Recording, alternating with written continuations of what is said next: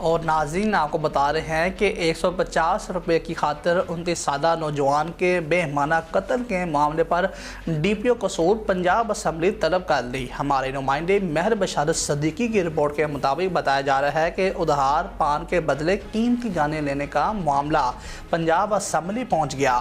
D P او قصور کی طلبی قاتلوں کے خلاف کارروائی کی ہدایات۔